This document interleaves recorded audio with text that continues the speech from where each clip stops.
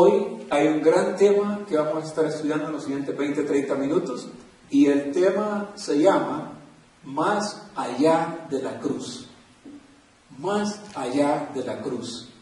Esta semana yo estaba meditando en la Semana Mayor, como le llamamos, y el propósito de esta noche no es quitarle nada a la Semana Mayor, sino más bien entender la Semana Mayor dentro del contexto gigante y grande de Dios. Déjeme explicar de lo que estoy hablando.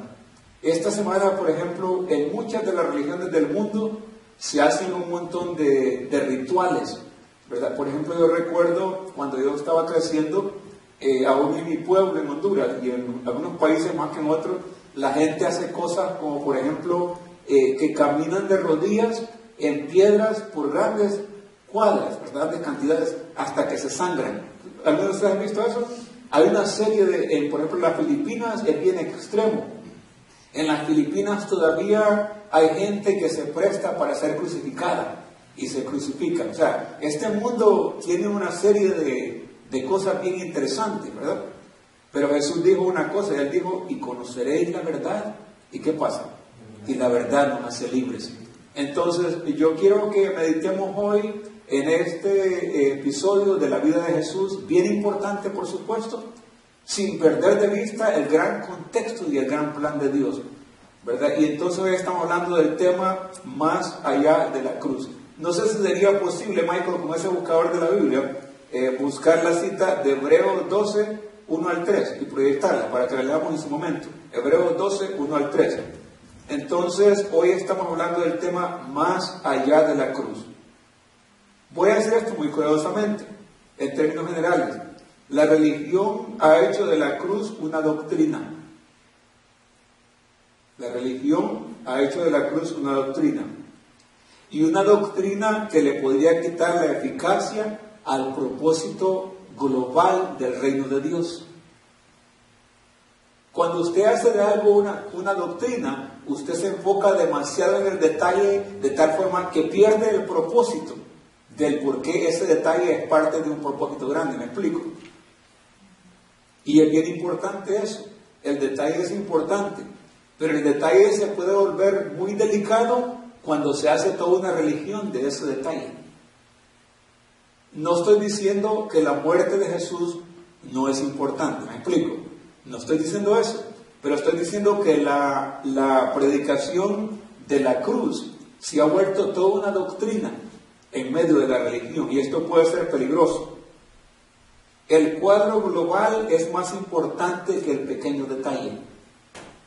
Si nos enfocamos en los detalles, frecuentemente perderemos la visión y los propósitos mayores. ¿Ok? No quiero decir que no es importante esto, yo quiero clarificarlo bien. Es bien importante. El sacrificio que Jesús hizo era necesario y meritorio. Pero si alguien solamente se enfoca en eso, entonces esa persona no tiene ninguna otra esperanza. Y su entendimiento del gran plan global de Dios, no está completo. Oremos que Dios nos dé, a nosotros como personas, atención al detalle, pero más atención al propósito. Eso es bien importante. Atención al detalle, pero más atención al propósito. ¿Sabe que esto es tan crucial y relevante en nuestras propias vidas? ¿Por qué es que hay personas, por ejemplo, para ponerlo al extremo, que se quitan la vida? ¿Por qué? Porque una pequeña circunstancia, algo chico, está afectando sus vidas. Y están tan enfocados en ese detalle que pierden la visión del gran cuadro global de sus vidas. Nadie de nosotros debería tomar nuestra vida por su propia cuenta, ¿cierto? Nadie. Pero hay mucha gente en este país y en otros países que se quitan la vida por un pequeño detalle, una pequeña área en sus vidas que tal vez no saben cómo lidiar, y luego ahí termina para ellos. Perdieron ellos la vista global del propósito grande de su vida. Usted y yo hemos hecho sacrificios, ¿no es cierto? Todas las personas de alguna forma hacen un sacrificio. Mi esposa me corrige y ella me dice, los humanos no hacen sacrificios, me dice ella. El último sacrificio, me dice ella, es el que Jesús ha hecho por la humanidad. Y yo respeto esa opinión que ella tiene, porque así es. Ella dice, lo que nosotros pasamos son pequeños procesos, me dice ella. Y es cierto, todos pasamos pequeños procesos. Pero mire qué interesante, a veces la gente se puede enfocar demasiado en lo que llamamos nosotros el sacrificio. Tanto así que pierde de vista la razón por la que está haciendo ese sacrificio. Y yo creo que todos nosotros podemos relacionarnos con eso, ¿verdad? Y yo oro cada día para mí y para ustedes que Dios nos haga gente de detalle, pero también de propósito. Es bien importante eso. Hay gente que vive en el pasado. Usted puede identificarlos. De todo lo que hablan es del pasado. Su vida está en el pasado.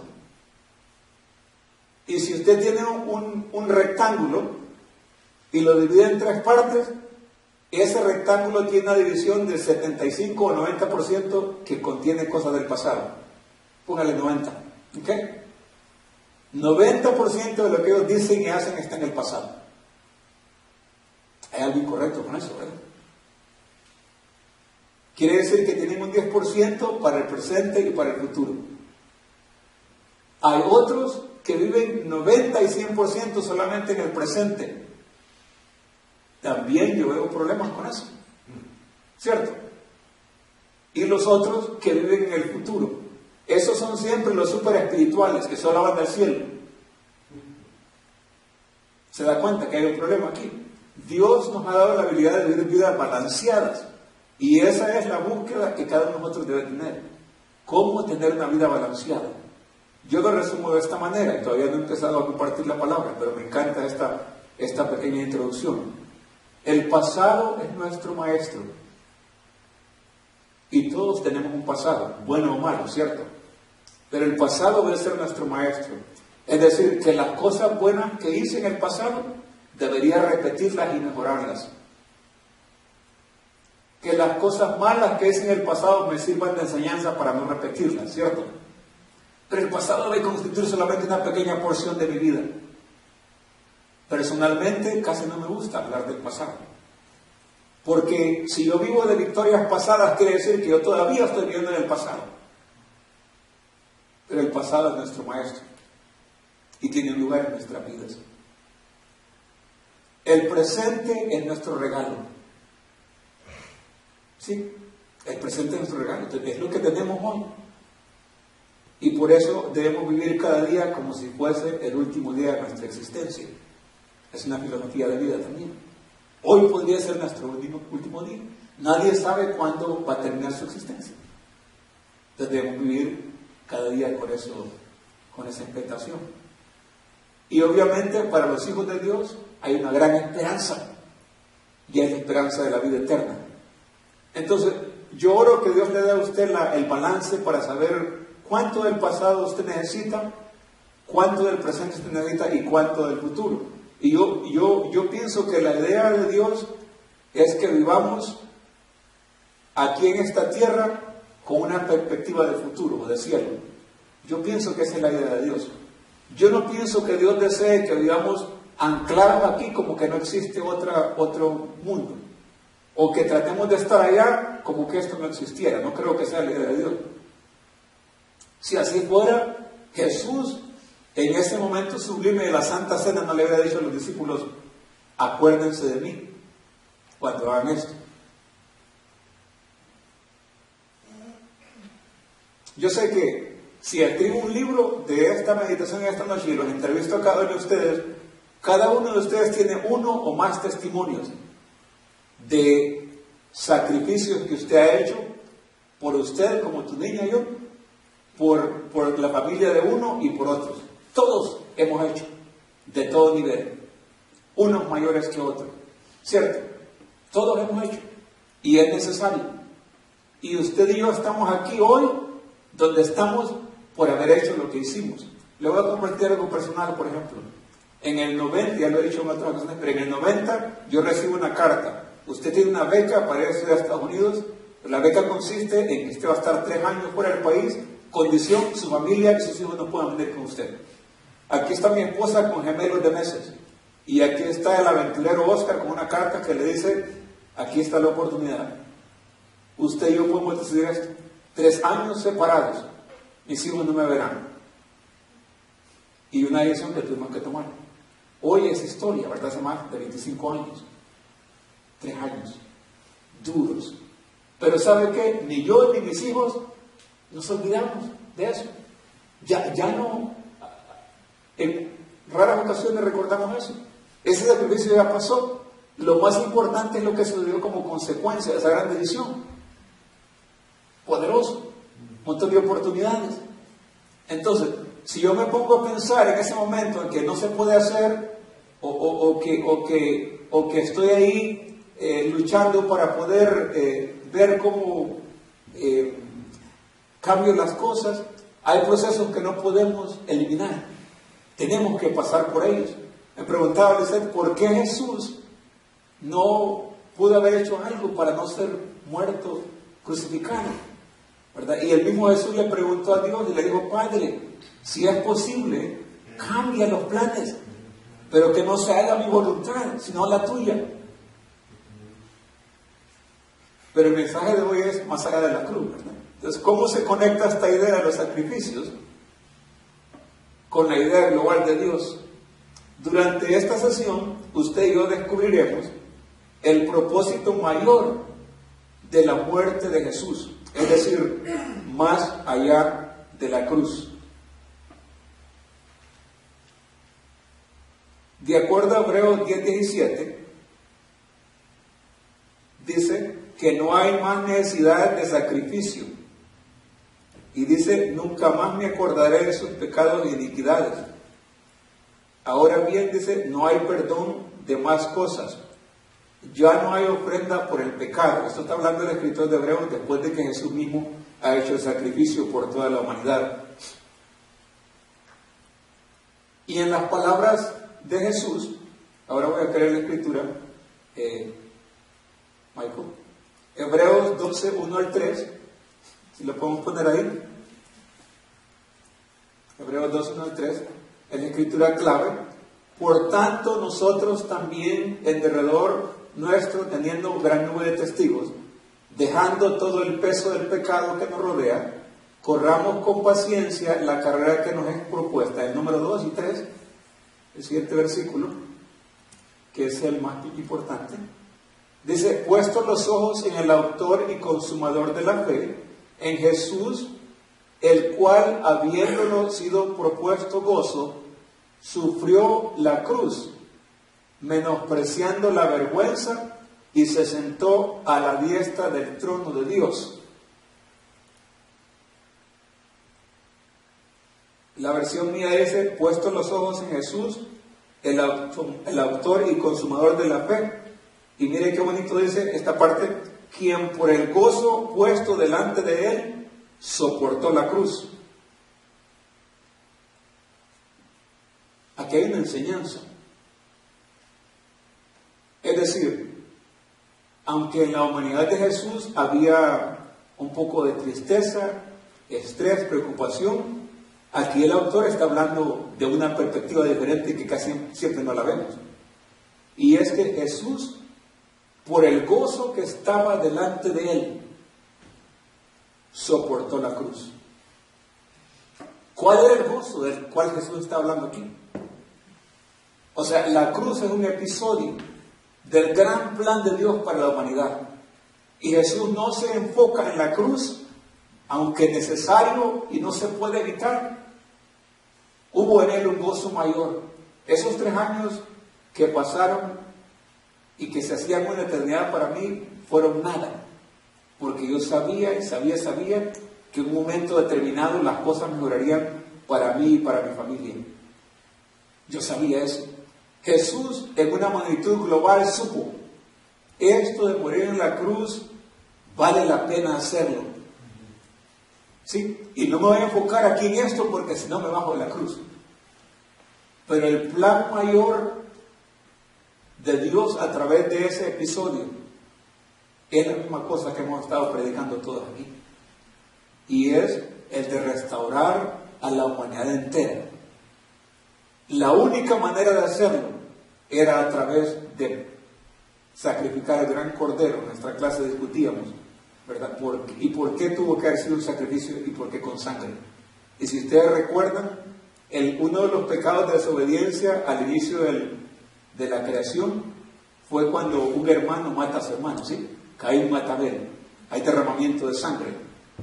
Y como esta gente que inició la obra de Dios quebrantó el mandamiento y la voluntad de Dios, Dios lo hace todo con propósito. Tiene que hacer una forma de contrarrestar eso, y Él lo hace a través de poner a su Hijo en este sacrificio. ¿Cómo usted y yo nos beneficiamos de la muerte de Jesús en la cruz? Yo creo que en gran manera. Saber y entender cómo y por qué Jesús vino a morir en la cruz es más importante que el sacrificio mismo. Que es bien importante el sacrificio, ¿cierto? Pero el sacrificio mismo no es tan importante como el plan global y general de Dios para la humanidad. Es decir, no podemos quedarnos en la cruz y predicar solamente la cruz, ¿cierto? Porque entonces perdemos toda la perspectiva del gran plan de Dios para la humanidad.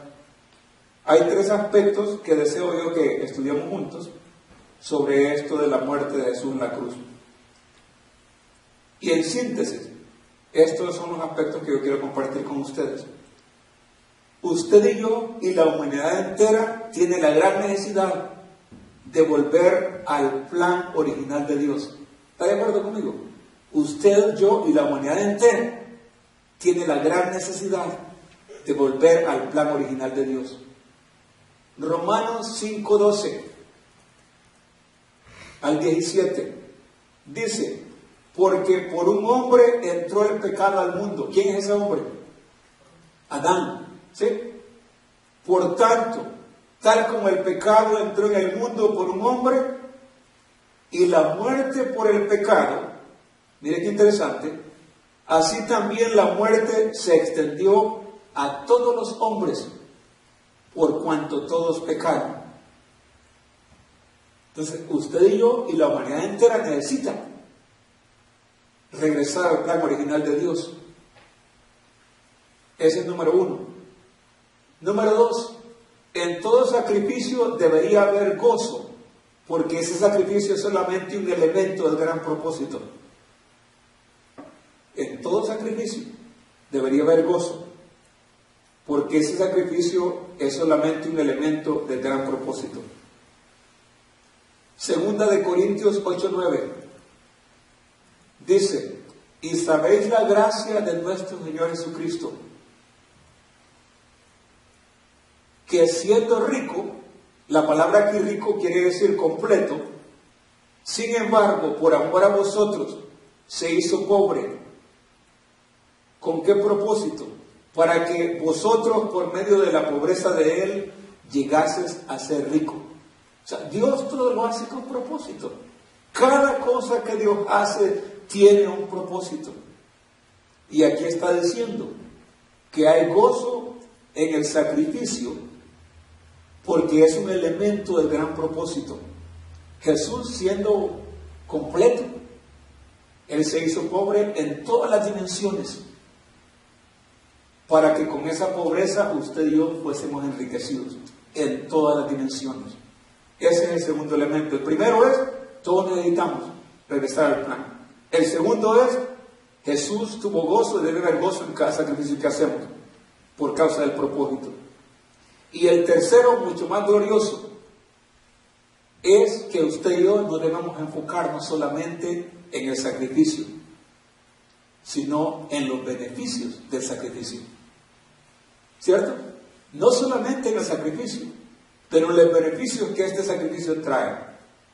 A nivel general, de lo que estamos hablando es la restauración del gran plan de Dios para usted, para mí y para la humanidad entera.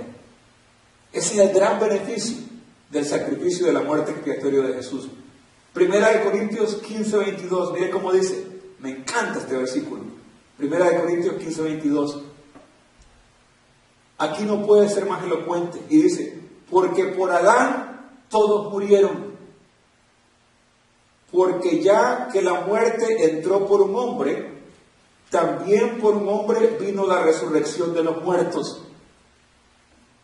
Y el versículo 22 lo explica muy elocuentemente.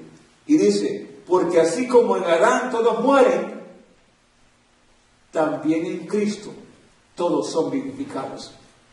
No puede ser más elocuente la palabra de Dios aquí.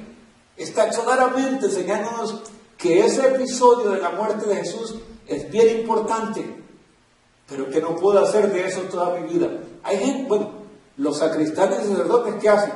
Se dan todavía con la bien fuerte. En algunos lugares todavía sangran. De acuerdo a la palabra de Dios, no es necesario que esas personas hagan eso, porque ya hubo un cordero perfecto y sacrificado. Lo único que tenemos que hacer es recibir. Voy a leer el versículo 22 una vez más de 1 Corintios 15, 22.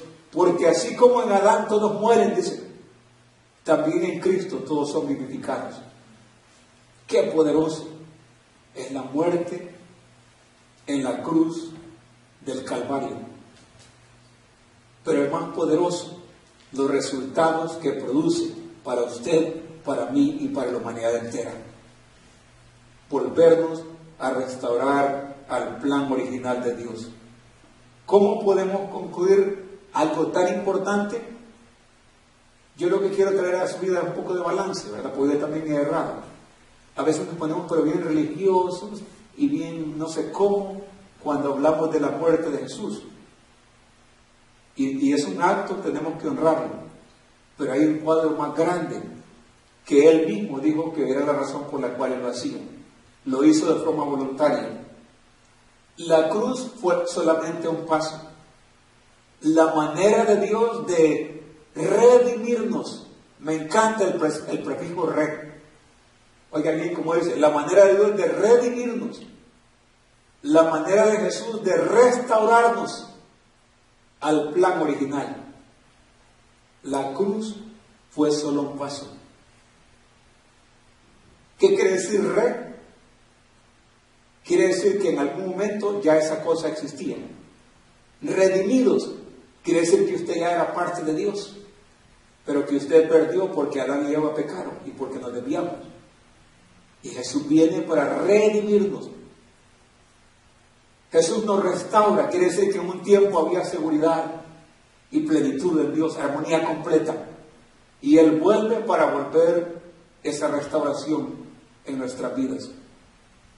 La muerte de Jesús es significativa, no podemos restarle, pero es parte solamente del gran cuadro global de Dios para la humanidad, y es de devolvernos una vez más su plan. Jesús le dijo a sus discípulos, no se preocupen, pequeña manada, porque a vuestro Padre le ha placido darles el reino. De eso es lo que estamos hablando aquí. A Dios le ha placido darnos el reino otra vez. Que regresemos a tener armonía, paz, tranquilidad y todos los atributos que proceden del reino de Dios. ¿Sabe? El mundo está necesitado. Y la necesidad del mundo no es tanto ni de comida, ni de bebida, ni de trabajo. Hay una necesidad inminente en cada persona. Y es que todos andan buscando el origen. Algunos lo buscan en las drogas, en el sexo, en el alcohol, en el éxito. Todo lo andan buscando. Gracias a Dios porque nosotros encontramos la ruta correcta. Solo hay una manera, y ya lo hemos explicado aquí, y la única manera es a través de Jesucristo. Él es el camino, Él es la verdad, Él es la vida. No es a través de ninguna otra persona o religión, es solamente a través de Jesucristo. Él es la puerta de entrada al reino. Él es el acceso al lugar. Sin Él no sería posible. Porque la muerte y el pecado entró por un hombre, Adán, pero también la vida vino por un hombre, Jesucristo. Bien poderoso, ¿verdad? El primogénito entre muchos, dice la palabra de Dios. Quiere decir que Él fue el prototipo, que Él vino a enseñarnos la manera, cómo es que se vive esta vida del reino de Dios. Y usted y yo estamos en proceso de aprender, ¿verdad? Esa es la idea. Pero que de continuo estemos abiertos a aprender del Padre. Yo oro que cada uno de nosotros aquí esté completo. Y si no está completo, usted puede regresar al Padre de forma sencilla. Me encanta la parábola que Jesús enseñó sobre el Hijo Pródigo. Cada vez que la estudio se vuelve más poderosa. 5 minutos, ¿no? Voy a concluir con la parábola del Hijo Pródigo. ¿Todos se acuerdan de la parábola del Hijo Pródigo, verdad? Sí, pero es bien poderosa. Mire qué interesante. El padre esperaba a su hijo todo el tiempo. Lo estuvo esperando. Lo estuvo esperando, lo estuvo esperando, lo estuvo esperando. El hijo tenía un plan. Y el plan del hijo es que regresaría a su padre y le pediría que le hiciera como uno de sus esclavos. Mentalidad de religión, ¿verdad? Porque hay una diferencia entre ser un siervo y servir con un gran corazón, pero en la posición de hijo de Dios, ¿cierto? O sea, usted puede estar en posición de ser hijo de Dios y servir a otros, pero a veces se nos predica mucho sobre la vida de esclavo, y esa fue una área de desafío para el pueblo de Dios, porque recuerden, ellos fueron esclavos en Egipto, bien fuerte. Bueno, no conocemos a Dios, todos nosotros venimos de una esclavitud, de la esclavitud del enemigo, del engaño, de todas las cosas. Y podemos entrar al reino y todavía traer esa mentalidad de esclavo. El hijo pródigo trae esa mentalidad de esclavo. Pero ¿qué hace el padre? Dice que le recibe, hace una gran fiesta, le pone el mejor traje, pone un anillo en su dedo, me encanta. Pero hay otro personaje ahí, ¿se acuerdan? ¿Quién es el otro personaje? El hermano. El hermano quien está bien enojado. Está bien enojado de tal forma que manda mensajeros al padre y le dice, ¿qué está pasando aquí? El padre le explica qué es lo que ha pasado. Y le dice, tu hermano había sido perdido y ha retornado. Y por eso estamos celebrando. Y le dice el hijo, pero qué gran barbaridad, diríamos nosotros, ¿verdad? Yo he estado aquí bien portadito y nunca me han dado ni un cabrito, ni una ovejita. Eso fue lo que le dijo, ¿verdad? He trabajado tanto para ti y nunca me has dado un gran cabrito. Le voy a dar una enseñanza aquí bien poderosa que ha revolucionado mi propia vida. Y el padre le responde de esta manera, hijo, tú siempre has estado conmigo y todo lo que es mío es tuyo. Qué poderoso. Siempre has estado conmigo y todo lo que es mío es tuyo, le dice el padre. No sé si habrá entendido, pero ese hermano era un hermano muy trabajador, de aquellos que piensan que todo se obtiene a puro sacrificio y trabajo. Y a mí lo que me enseña eso es que en la mentalidad del reino de Dios, usted no tiene que trabajar exageradamente. Porque hay una diferencia entre la posición que usted tiene y la posesión que usted podría tener. ¿Sí? En otras palabras, yo prefiero estar en posición de hijo de Dios, aunque aparentemente no tenga ninguna posesión. Porque cuando usted y yo estamos en posición de hijo de Dios, tenemos acceso a todas las cosas que el Padre tiene. Eso fue lo que el Padre quiso proyectarle. Hijo, tú siempre has estado conmigo y todo lo que es mío es tuyo. ¿No te has dado acaso cuenta? Y luego el otro cuadro de eso es el hijo pródigo, que hace absolutamente nada para volverse restaurado a la plenitud. Hace absolutamente nada. Es más, hizo todo lo contrario, agarró sus recursos, su vida, y él regresa. Y solamente por esa actitud que él tiene de volver al Padre,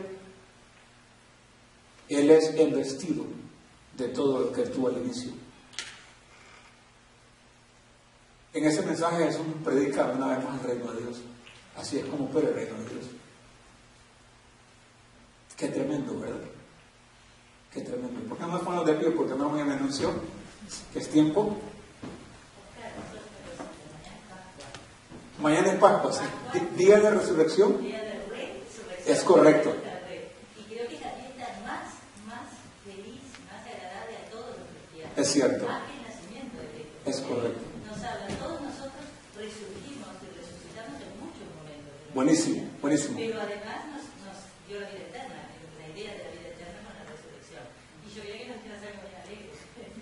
Deseando felices Pascuas. Gracias por recordarme, sí, felices Pascuas, realmente. Y ese es el cuadro global de que estoy hablando, ¿verdad? De que el sacrificio de Jesús era importante, pero es más importante lo que usted menciona. La parte de coronación de todos los apóstoles. Es correcto. Gracias por recordarnos. Felices Pascuas a todos, ¿verdad? Feliz día de resurrección. Qué poderoso, gracias. Padre, le damos gracias porque nos gozamos. Y recuerdo las palabras de Jesús que él dijo: bienaventurados los que nos vieron y creyeron. Y eso es lo que nosotros estamos viendo. No vimos cómo pasó, con quién pasó, cuándo pasó, pero creemos, oh Dios. Y por eso somos felices, bienaventurados, bendecidos, completos. Padre, yo oro que cada uno de nosotros reciba la plenitud de Dios en este día y que nos recuerde, como el Hijo pródigo, que estamos completos en usted, Señor. Nada nos falta. Tenemos acceso al Padre, a los recursos, a las circunstancias y a todo, Padre. Y no como resultado de trabajo duro o de tener posesiones bajo nuestras manos, sino como resultado de estar posicionados. Y posicionados porque Jesús vino para restaurarnos, traernos, comprarnos y establecer de nuevo la idea que Dios tenía desde el principio, y es devolverse y acercarse a nosotros y tratarnos como hijos y como Padre. Le damos gracias, oh Dios. Oramos por aquellos necesitados en nuestra familia, en nuestra comunidad, que tienen la gran necesidad de entender que todos nos hemos descarriado y que necesitamos un Salvador y que Jesús es la única respuesta y que tenemos que entrar por la puerta para volverse restaurados al Padre. Le damos gracias por todo esto y nos gozamos por la resurrección de Jesús, que fue necesario solamente una sola vez como testimonio de que también un día nosotros resucitaremos con Él. Y por eso le damos gracias en el nombre de Jesús. Y la congregación dice, como dicen los pastores, estoy aprendiendo, ¿verdad? Buenas noches. Vamos a la celebración.